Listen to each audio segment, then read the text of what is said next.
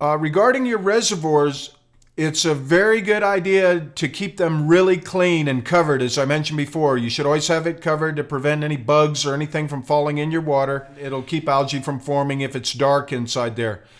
And in any chance you can, if at all possible, you should use reverse osmosis water, because it takes everything out of the water and it leaves you with just your base, just a liquid. This way, when you add your nutrients, you're not getting any added salts or any type of nutrients other than what you're putting into it. And that's very important. So if at all possible, use the reverse osmosis water. You can actually buy a reverse osmosis machine. They produce pretty slowly. Be mindful of that. So if you have a large grow that's not really not very practical, but you can purchase a good water filter, like a Pure system or something like that, and attach it to your faucet, and that helps a lot also. It takes out a lot of the impurities, not as much as the reverse osmosis.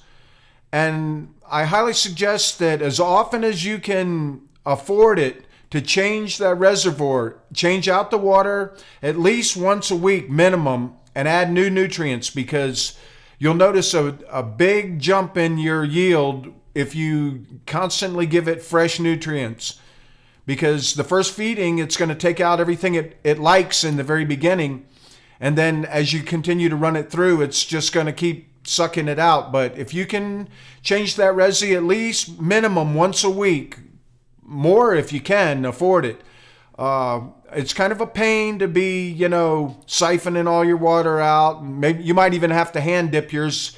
I suggest the pump that you use for filling the table, you can just disconnect that and connect it to a hose and pump it right into your tub or into your toilet, and or out if you can. That's even better.